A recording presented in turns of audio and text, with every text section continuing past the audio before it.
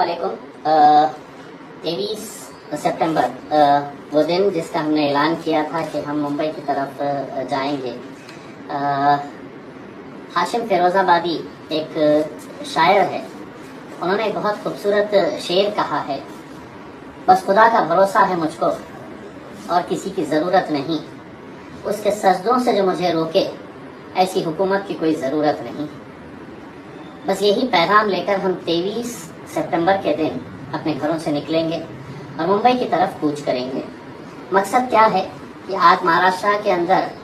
जो एक हालात तैयार किए गए हैं, कुछ ऐसे हालात कि जहां पर आपके मजहब पर उंगलियां उठाई जा रही है, आपके नबी करीम सल्लल्लाहु अलैहि वसल्लम के बारे में गुस्ताखी के लफ्ज़ों का इस्तेमाल किया जा रहा है। 58 FIRs पूरे महाराष्ट्र के अंदर रजिस्टर होने के बावजूद भी सरकार, प्रशासन, हुकूमत मुंह पे उंगली रखकर बैठी है, आंख पे पट्टी बांध ली है, कुछ सुनने के लिए तैयार नहीं है। और जब ये मामला अदालत के अंदर जाता है तो अदालतों का, जिसका हम बहुत सम्मान करते हैं, अदालत सिर्फ इतना कहती है कि मुंबई पुलिस ने साइबर क्राइम की मदद लेकर इस क्लिप को हटा देना चाहिए। और जब उनसे ये कहा जाता है कि लोग नाराज हैं, इसके ऊपर आंदोलन चल रहे हैं, तो अदालत का रवैया ये रहता है, अदालत कहती है कि क्या आप हम पर दबाव डाल रहे हैं, प्रेशर बना रहे हैं। तो आखिर में हमारे जैसे लोग जो इस मुल्क से मोहब्बत करते हैं, अमन चाहते हैं, हम मजबूरन ये कदम हमें उठाना पड़ता है और हम ये तय करते हैं कि हम भारी तादाद के अंदर मुंबई की तरफ जाएंगे और हुकूमत को वो संविधान की कॉपी पेश करेंगे, वो संविधान जिसके हिसाब से देश चलना चाहिए। उनको ये बताएंगे कि इस मुल्क के अंदर, इस राज्य के अंदर कायदे हैं, कानून है, और अगर सिर्फ सियासत की वजह से ये घिनौना, घटिया, नंगा नाच जो महाराष्ट्र के अंदर खेला जा रहा है, बात यहीं तक खत्म नहीं होती है। कोई भी सड़क के ऊपर खड़े रहता है और कहता है कि हम मस्जिदों के अंदर घुस के चुन चुन कर मारेंगे। कैसी कैसी बातें हर रोज हमें सुनने को मिलती है। और घटियापन का अगर इससे अच्छा उदाहरण अगर आपको कोई देखना है, तो आप जिस मुद्दे को लेकर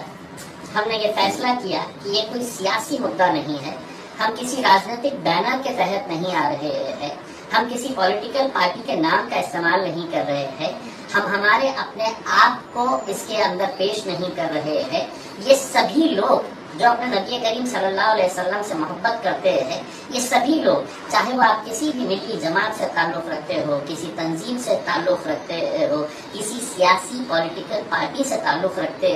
हैं, आप रहिए वहाँ पर, आपको मुबारक। लेकिन एक मर्तबा हमने सोचे कि एक पैगाम सरकार को देना ज़रूरी है कि अगर तुम इस हर ऐसे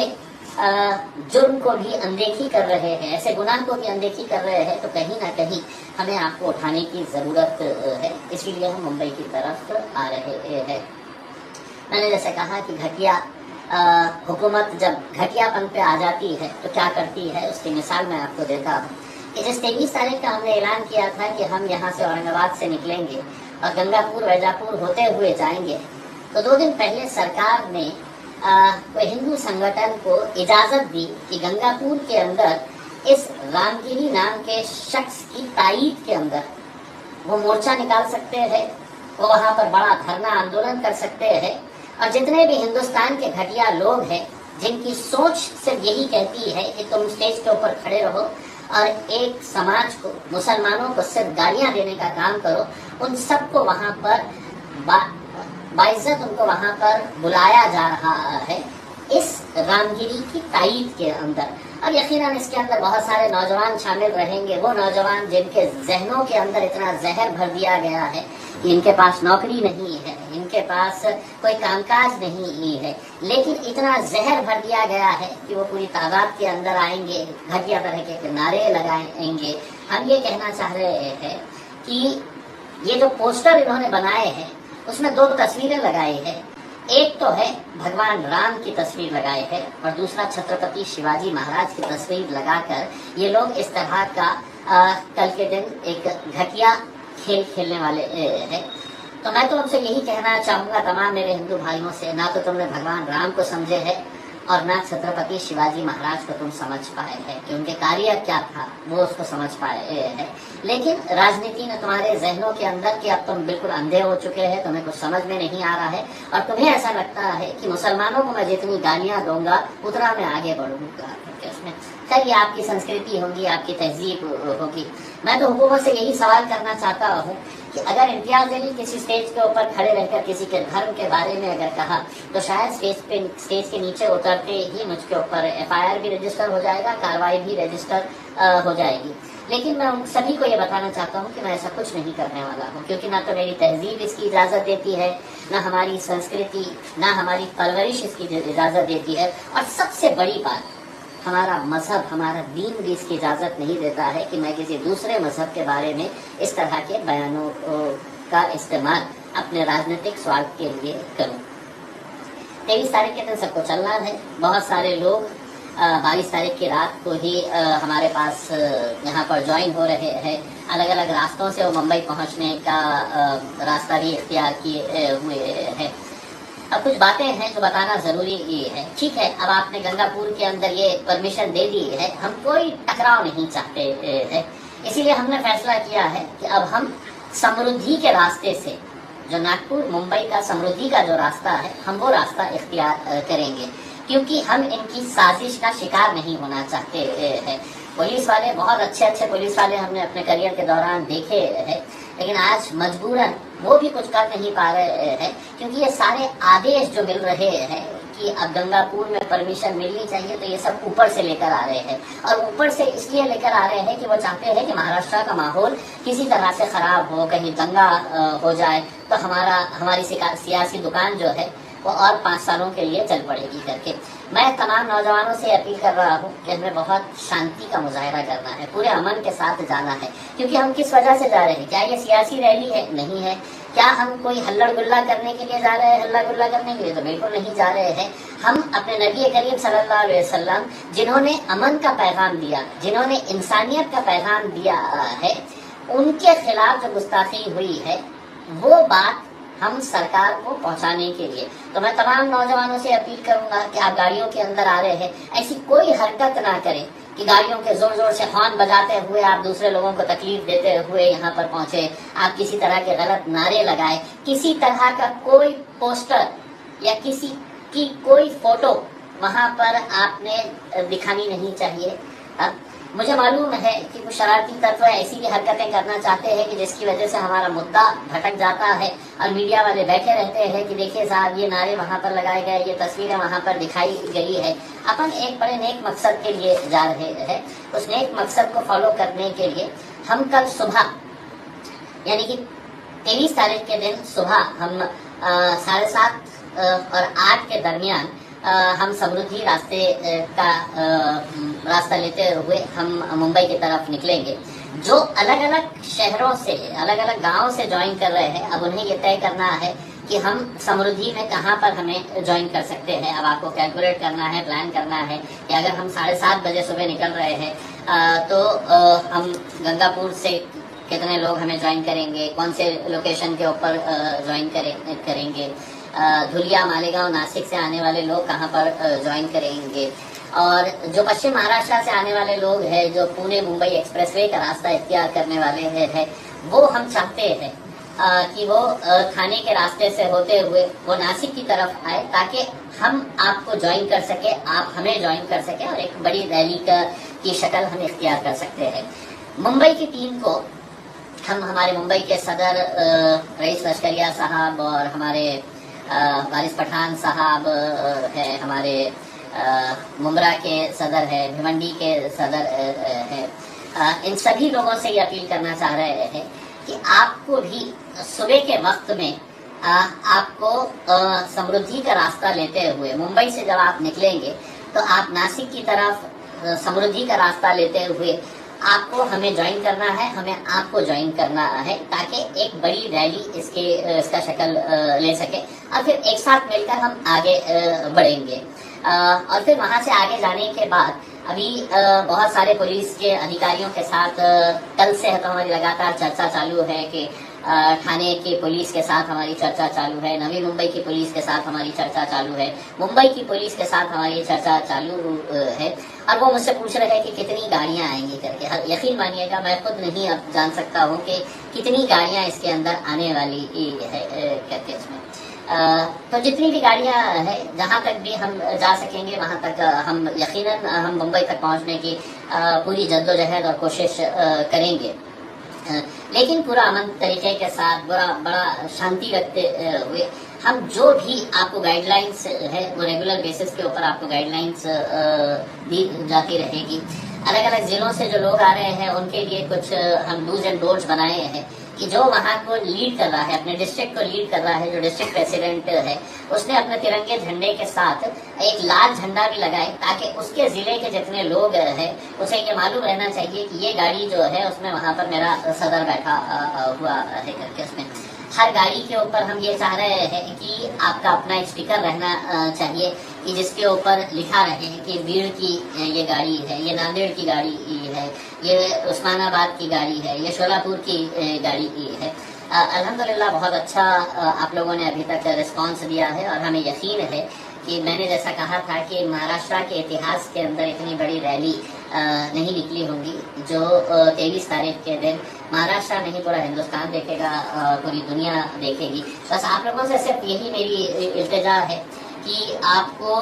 जो भी इंस्ट्रक्शंस है वो इंस्ट्रक्शंस हम मेरे फेसबुक पेज के जरिए और चलो मुंबई का जो व्हाट्सएप ग्रुप है वो वहाँ पर दिया जाएगा। जो लोग गाड़ी से आ रहे हैं उन लोगों से मैं अपील करूंगा कि कल दिन के वक्त हम अगर नॉन स्टॉप अगर जा रहे हैं तो गाड़ी में अपने पानी का इंतजाम रख ले। अगर कुछ फूड पैकेट्स हो सकती है, कुछ फ्रूट्स हो सकते हैं तो अपनी अपनी गाड़ियों के अंदर रख ले। हमने ये एक अपील की थी, एक कोशिश की थी हमने कि जो लोग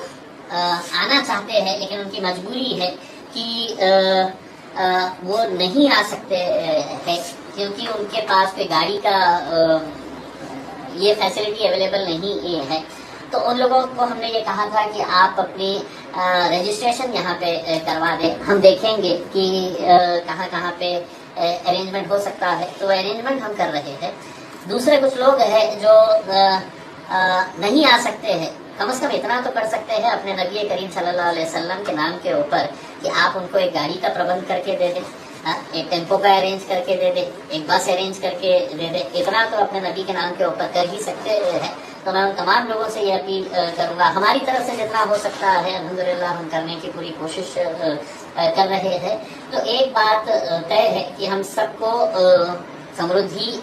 मार्ग से मुंबई की तरफ जाना है। जिसको जहाँ जुड़ना है, अब वो कैसे जुड़ना है मैंने आपको टाइम बता दिया हूँ कि 7:30 और 8 बजे के दरमियान हम यहाँ से मुंबई की तरफ कूच करेंगे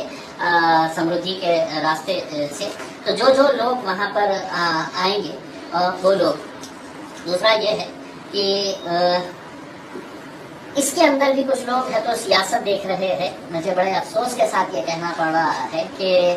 इसके अंदर भी कई सारे ऐसे लोग थे जिन्होंने ये कहा कि क्या जरूरत है जाने की, क्यों जा रहे मुंबई को, क्या हो सकता है वहाँ जाकर, अगर घेरना ही है तो मुख्यमंत्री यहाँ पर आ रहे हैं, उनको यहाँ पे क्यों नहीं घेर रहे हैं करके आप यहाँ पे उनको निवेदन क्यों नहीं दे सकते हैं। साहब ये वो लोग हैं जिनकी सोच की वजह से ही आज हमारी ये हालत हुई है।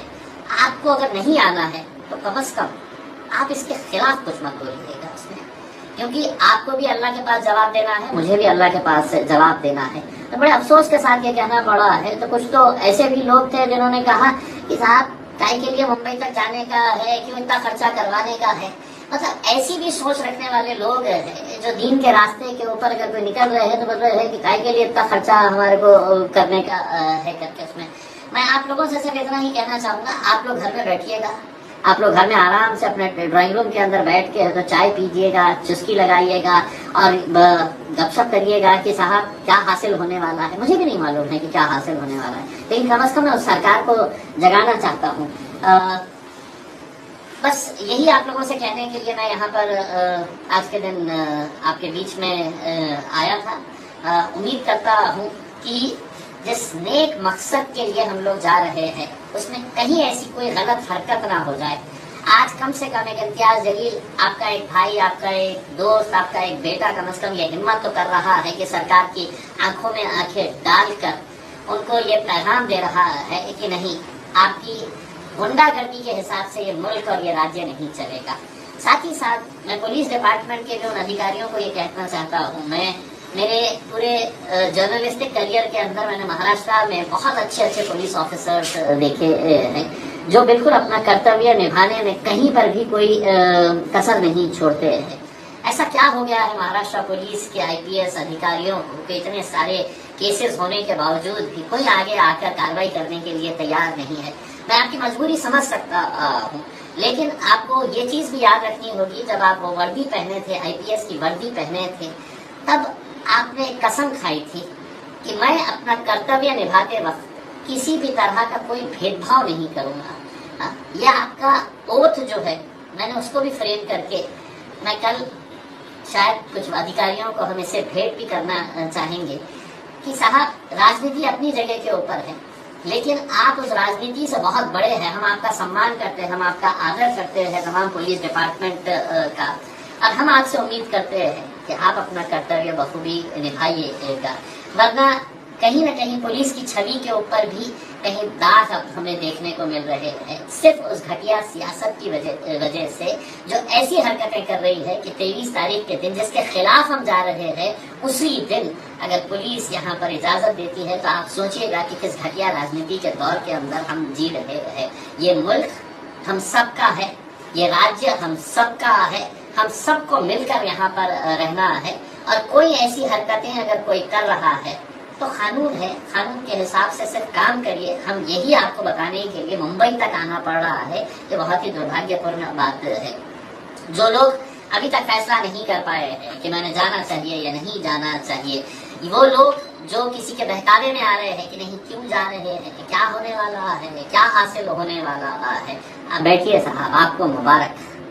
आप यहाँ पर बैठिए, टपरियों के ऊपर बैठ के, चौराहों के ऊपर बैठकर गपशप लगाइएगा। उसमें यहाँ पे तो आप खुलदाबाद तक, कागजीपुरा तक चाय पीने के लिए चले जाते हैं। उसमें एक बार अपने नबी करीम सल्लल्लाहु अलैहि वसल्लम के नाम के ऊपर आइए, एक मर्तबा एक जहीती का पैगाम दीजिएगा। दोबारा मैं कह रहा हूँ, आप किस पॉलिटिकल पार्टी से ताल्लुक रखते हैं ये आपको मुबारक, लेकिन बाहैसियत मुसलमान आपको एक मर्तबा तो खड़े रहने की जरूरत है। यही अपील करने के लिए मैं आपके बीच में आया हूँ। इंशाल्लाह कल